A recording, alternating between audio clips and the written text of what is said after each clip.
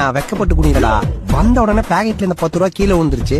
அதான் ரொம்ப நேரமா தேடிட்டு இருக்கேன், கிடைக்கல. கொஞ்சம் நவுரு.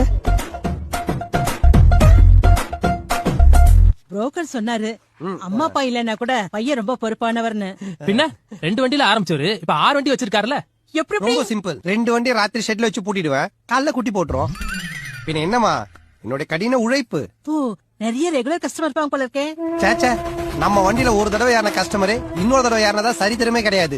ஒவ்வொரு முறையும் ஒவ்வொரு கஸ்டமரு. ஆனா ஒரே ஃபேமிலில பல கஸ்டமர் கிடைப்பாங்க. என்னதான் சொல்லுங்க, வர வர விலைவாசி ஏறினதால வண்டிங்க சைஸே சுருங்கி போச்சு.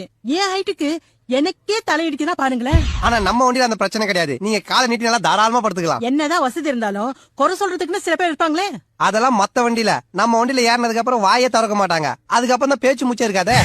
நீங்க சொல்றத பார்த்தா அவர் எதுவும் தப்பா பேசின மாதிரி தெரியலையே. இவ்வளவு நேரம் வந்தால் வண்டி வண்டின்னு சொன்னது டிராவல்ஸ் காரியம் இல்ல. பாத்து மெதுவா திரும்ப. டேய் ஆத்திரிக்க சொல்லுங்க முதலாளி. வா. அடையார்ல போய் பாடி ஏத்திட்டு பெசங்கல திரும்பி இறக்கிடு. 4:30 மணி பவர் கட் ஆயிடும், அதுக்குள்ள முடிச்சிரு. டேய் சைனா வா. நேத்து சில்லுன்னு டைம் 4 பீர் வாங்கி ஐஸ் பாக்ஸ்ல வச்சேன். அந்த பாக்ஸ் கொடுத்து அனுப்பிச்சிட்டு இருக்கானுங்க. போனது கீழே இருக்கும், 10 ரூபாய் எடுத்துட்டு வந்துரு. எவனா சாப்பிட்டு வந்து கொடுத்துட போறா. போ சீக்கிரம் போ.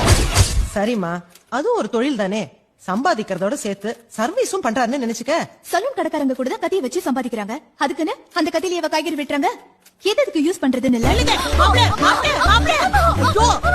இது உங்களுக்கு அநியாயமே தெரியல. தலை பிரசவத்துக்கு போற பொண்ணு இப்படி பொண்ண வண்டியில ஏத்துறீங்களா? ஆம்புலன்ஸ் போன் பண்ண வேண்டியதானே. அவனுக்கு ஓட்டுல போற வழியில குழந்தை பிறந்துரும். என் பொண்டாட்டி வண்டியில 10 ரூபாய் கொண்டு போற. நீங்க நவுங்க.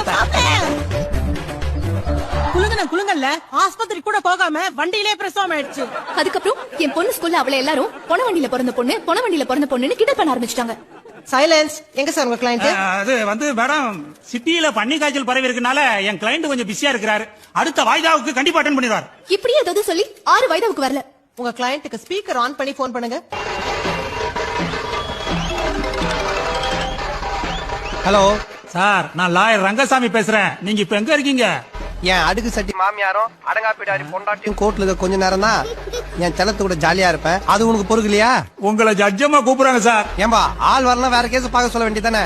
போன் பண்ணி கூப்பிடுற அளவுக்கு புது கேஸ் கிடைக்காம போர் அடிச்சா அவன் புருஷன் டைவர்ஸ் பண்ணிட்டு அந்த கேஸ் நம்ம அட்டன் பண்ண சொல்லு.